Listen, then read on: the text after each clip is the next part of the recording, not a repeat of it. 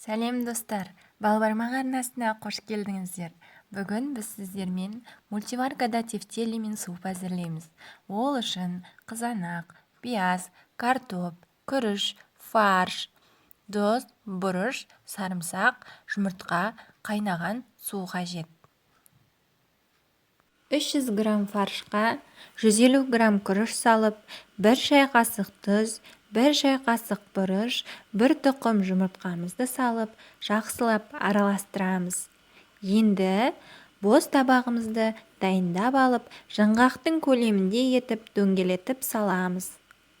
Мультиварканың ыдысына туралған картоп, жуа, қызанақ, сарымсақ салып жіберіп, үстіне тефтелилерімізді қойып шығамыз.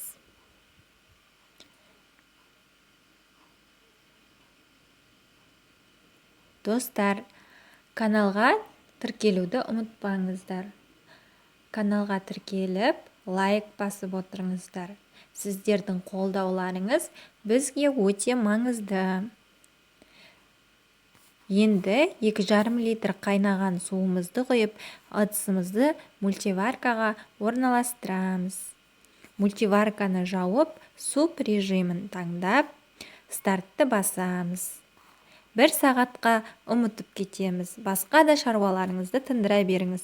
1 сағаттан соң өте дәмді, хош иісті тефтели супы дайын болады. Астарыңыз дәмді болсын.